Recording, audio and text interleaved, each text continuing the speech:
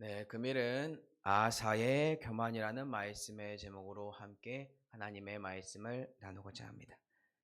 우리는 어제까지 남유다 왕 아사 왕의 모습을 통하여서요, 아사 왕이 하나님을 진정으로 사랑하고 있구나를 배웠습니다.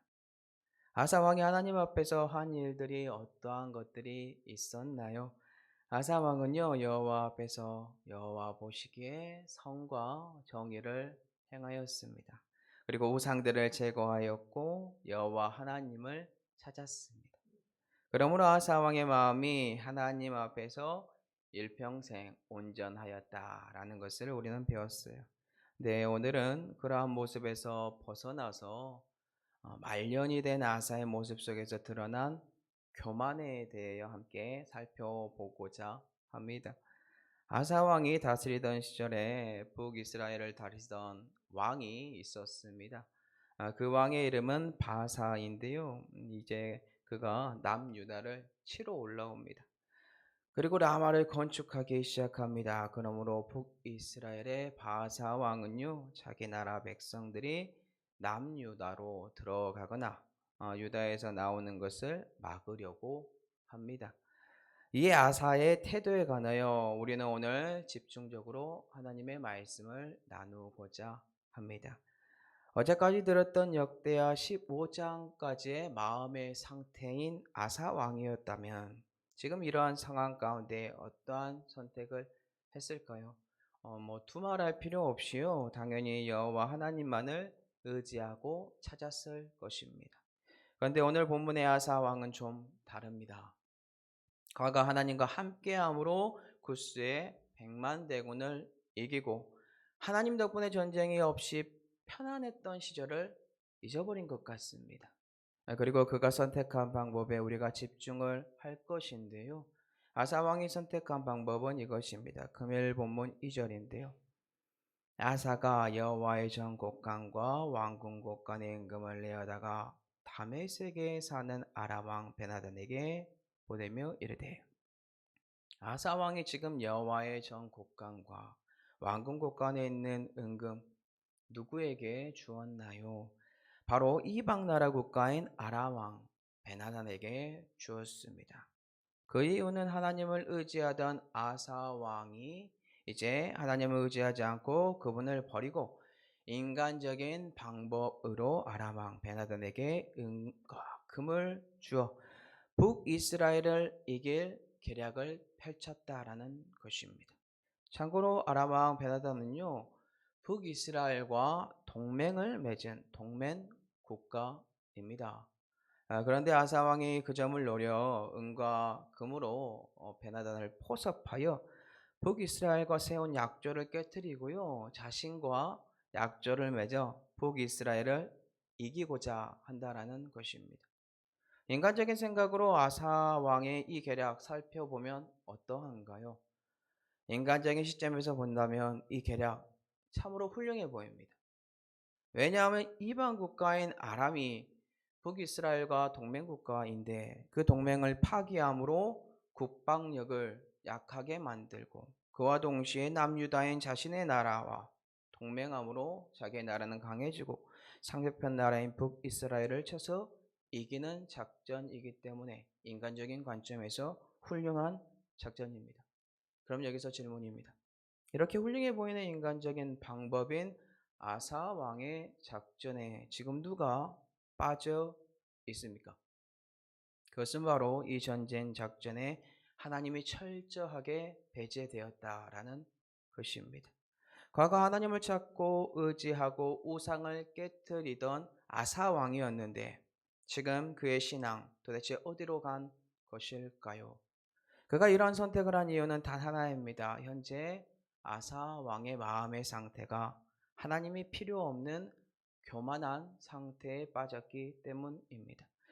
그럼 이 교만한 아사 왕의 계략 어떻게 됐을까요? 금요일 본문 5절에 나와 있는데요. 바사가 듣고 라마 건축하는 일을 포기하고 그 공사를 그친지라. 하나님을 의지하지 않고 주님을 찾지 않은 교만한 왕인 아사 왕의 계략이 성공합니다. 아마 그 당시에 남유다 사람들은 하나님이 도왔다 착각에 빠졌을 것입니다. 하지만 그 전쟁은 이겼으나 신이 도운 전쟁도 아니요 하나님이 함께한 전쟁도 아니라 교만함으로 똘똘 뭉친 한 인간의 지혜에서 나온 계략으로 이긴 전쟁이다라는 것입니다.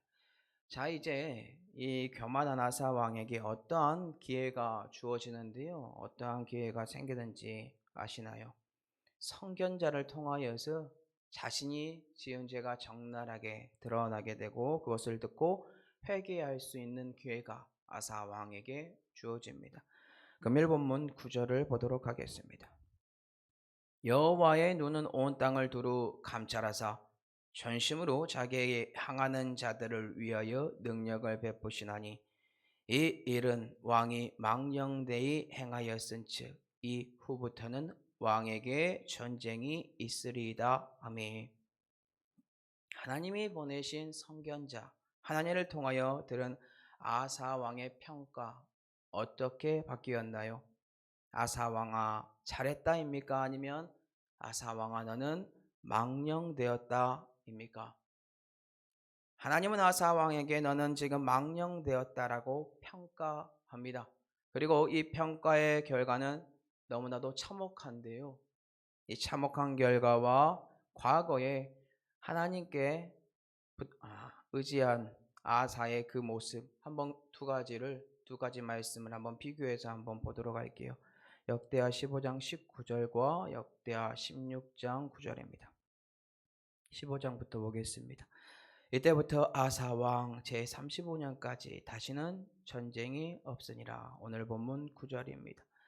이후부터는 왕에게 전쟁이 있으리이다 하매 과거 하나님을 의지하고 하나님을 찾았던 겸손한 아사 왕의 시절은 어떠했다고 우리에게 알려주고 있습니까?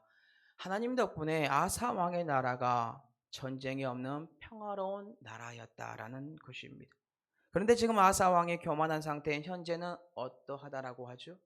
하나님께서 보호함으로 있었던 아사 왕의 나라의 평강과 화평이 깨지고 이제부터 전쟁으로 왕과 국민들이 고통을 당하는 시기가 찾아올 수밖에 없다라는 것입니다.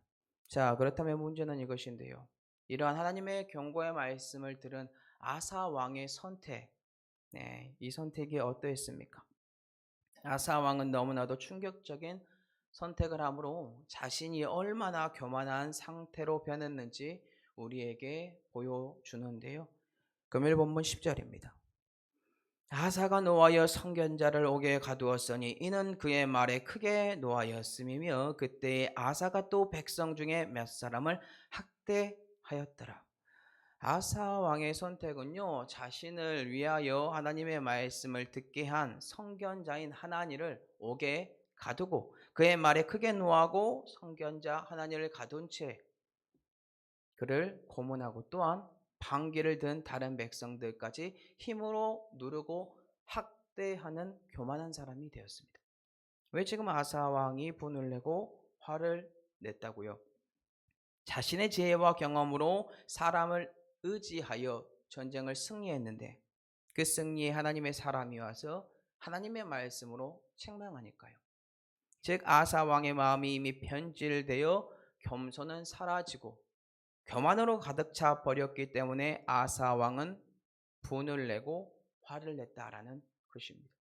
너무나 안타까운 것은 그가 회개할 수 있는 기회가 있었음에도 불구하고 그 기회를 잡지 않고 오히려 화를 내고 자신의 지혜가 맞는 것처럼 의와 분을 내는 도구로 사용했다라는 것입니다. 이 화를요. 지금 자신이 어떠한 죄를 범했는지 전혀 깨닫지 못하고 있는 상황인 거죠. 오히려 자신의 지혜와 지금의 상황이 맞다고 표현하는 것과 같은데요. 우리는 여기서 아사 왕과 비슷한 상황에 교만을 선택했던 모습이 아니라 그 교만 속에 똘똘 뭉쳐있는 모습 속에 겸손한 모습을 보인 다윗을 잠시 묵상해야 할 줄로 믿습니다. 다윗은요 자신의 범죄로 말미암아 밧세바 남편을 죽였고 그 전쟁에서 승리했습니다. 그런데 나단 선지자의 말에 그는 돌이켰고 자복했고 회개했습니다. 그러나 오늘 본문의 아사 왕은요, 교만한 자신의 계략으로 전쟁을 이겼으나 자신에게 올바른 소리를 하는 하나님의 사람 하나니를 잡아오게 가두고 고문하였으며 자신은 회개하지 않았다라는 것입니다. 너무나 안타까운 것이죠. 오늘날로 치며 하나님 덕분에 목회 활동 잘 하다가 말년에 갑자기 하나님을 의지하지 않고 자신의 지혜로 교회를 운영함으로 문제점들이 발생합니다. 그 문제점들이 발생한다고 말하는 교회 장로 혹은 성도들에게 오히려 화를 내고 징계를 하는 경우와 비슷합니다. 참고로 말년의 아사 왕을 보면 늙음왕에 발에 병이 들어 고생한 사람으로 우리에게 마무리됩니다. 많은 이들이 이 병은 오늘 본문의 아사 왕처럼 교만하여 하나님을 버리고 의지하지 않고 저지른 불신앙 때문에 생긴 병으로 봅니다. 왜 아사 왕 말년에 이렇게 변한 것일까요? 참고로 사람은 갑자기 변하지 않습니다. 그리고 아마도 북이스라엘이 쳐들어온 것도 저는 갑자기라고 생각하지 않습니다. 이는 하나님께서 아사 왕에게 정신 차리라고, 너 지금 교만한 마음이 쌓이고 있어, 너 지금 하나님 의지하지 않고 있어, 너 지금 나 버리고 있어, 세상의 지혜를 의지하려고 해, 이것을 알려주시려고 이 사건을 벌이지 않았나 저는 생각을 해봅니다. 그런데 아사 왕은 첫 번째 전쟁에서 아람 왕을 의지함으로 하나님을 의지하는 기회를 버렸고, 두 번째 기회인 선견자를 통하여 들은 하나님의 말씀의 훈계 또한 돌이킬 수 있는 기회, 회개의 기회를 버렸습니다. 우리 사랑하는 성도 여러분들은 오늘 이러한 아사 왕의 오류에서 벗어났으면 좋겠습니다. 모든 것이 하나님께서 주신 것이고 하나님으로부터 보호받은 것입니다. 그러니 말년에 변질됨으로 교만하여 하나님을 버리고 자신의 지혜와 계략을 믿는 어리석음에서 돌이키는 역사가 예수 그리스도 안에서 있었으면 좋겠습니다. 말씀을 맺겠습니다. 우리는 오늘 아사 왕을 통하여 무엇을 배울 수 있었나요? 과거의 아사 왕처럼 하나님만을 의지하고 찾고 주님의 윤리와 법도를 지키며 살아가면 전쟁이 없는 평강이 우리에게 주어지지만, 말년에 이러한 축복에 취하여 내 마음이 아사 왕처럼 하나님으로부터 떠나 교만한 상태가 되면 결국 우리의 지혜와 지략으로 세상을 살게 된다라는 것입니다. 이는 하나님의 도우심이 없는 상태요, 혼돈의 상태요, 전쟁이 끊임없이 나에게 주어지는 상태요, 오늘날로 치면 내가 지은 죄로 말미암아 고난 받는 것과 동일하다라는 것입니다. 그러니 사랑하는 성도 여러분들, 이러한 아사 왕이 지은 죄를 교훈 삼아 내 마음에 교만함이 있다면 그 마음에서 돌이켜 다시 하나님만을 의지하는 축복을 누리시기 바랍니다. 참고로 우리 인간은 이러한 아사 왕의 오류를 말년에 범할 수 있는데요, 나이도 먹을 만큼 먹었고 하나님께서 주신 축복 가운데 물질과 부동산도 넘치니까 이제는 내 지식으로 내 지혜로 하나님을 의지하지 않고 말년을 내 정욕대로 사는 경우들이 생긴다라는 것입니다. 이러한 분들에게 권면합니다. 그건 이미 교만한 마음이 내 마음에 자리 잡은 것입니다. 오늘 그 마음에서 돌이켜 내가 쌓은 재산, 내가 쌓은 부동산이 아니라 하나님께서 주신 축복이라는 것을 믿고 다시 하나님만을 의지하심으로 말년에 나에게 다가오는 고통으로부터 해방되고 하나님과 함께하는 임마누엘의 축복을 누리시기 바랍니다.